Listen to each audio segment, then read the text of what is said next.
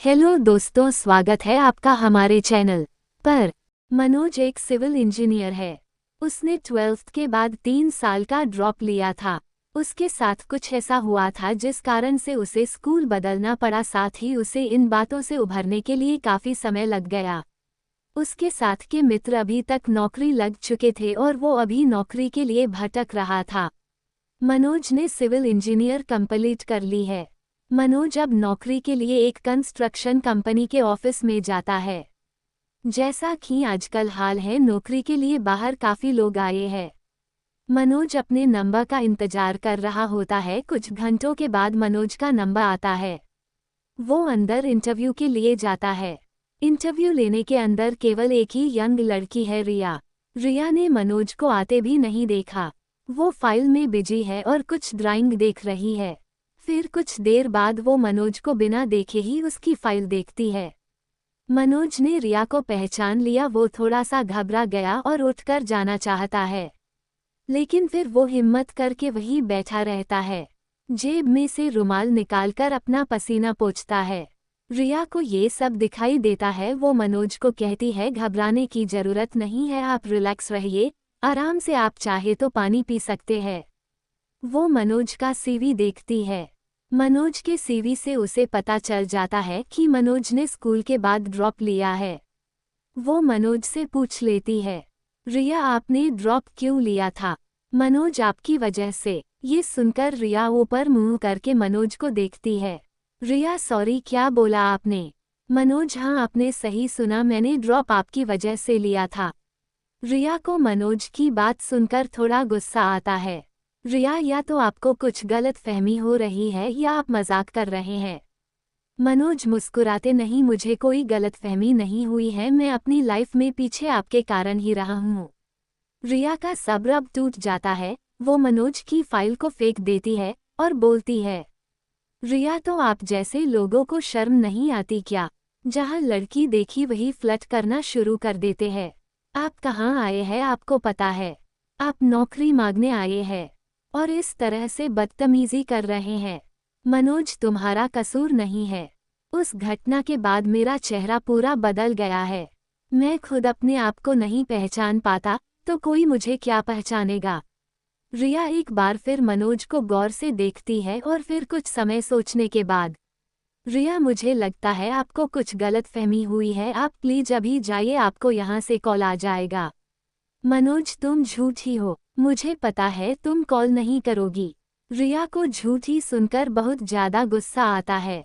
रिया, oh excuse me mister, तुम क्या पागल हो? कुछ भी बोले जा रहे हो? जाओ पहले अपना इलाज करो, फिर जाकर नौकरी ढूंढना।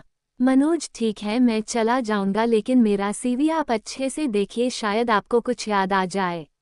रिया थोड़ा सा मुंह बनाती है, लेकिन वो सोचती है इस सिचुएशन से निकलने के लिए एक बार फिर से देख ही लेती हूँ। वो सीवी देखती है और उसे एक बात दिखाई देती है, उसके स्कूल का नाम जहाँ से उसने पढ़ाई की। रिया, तुम मेरे स्कूल में थे। और कुछ ही सेकंड में रिया के चेहरे का रंग उड़ जाता है। मनोज को अब समझ आ गया कि रिया ने उसे पहचान लिया। मनोज, तुम्हें पता है मेरे साथ क्या हुआ था? रिया, मुझे नहीं पता था। मनोज, तुम्हें कैसे पता होगा, तुमने तो स्कूल से ही मुझे निकलवा दिया था। रिया, मैं बच्ची थी, डर गई थी।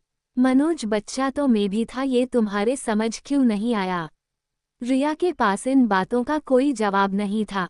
मनोज, और बच्ची थी, तुमने झूठ बोला, क्लास के सबसे सीधे और चुप रहने वाले लड़के को अपने स्वार्थ के लिए फंसा दिया।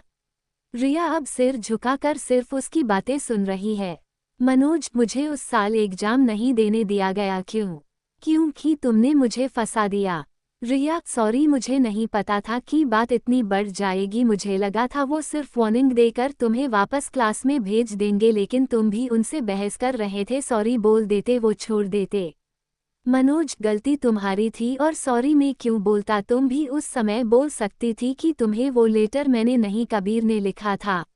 रिया, मुझे उस समय कुछ समझ नहीं आया। मनोज, कबीर का नाम तुमने नहीं लिया क्योंकि तुम नहीं चाहती थी कि उसे कुछ हो, तुम उसे पसंद करती थी, लेकिन मेरा सारी क्लास में तुमने मेरा नाम क्यों लिया? रिया, मेरे मुंह पर उस समय और कुछ नाम नहीं आया, वो लेटर पते मुझे प्रिंसिपल ने देख लिया था। मैं भी कबीर को पसंद करती थी। मुझे लगा वो मेरे पापा को बुलाएंगे, इसलिए मैंने तुम्हारा नाम लिया कि तुम मुझे परेशान कर रहे हो और बात खत्म हो जाए।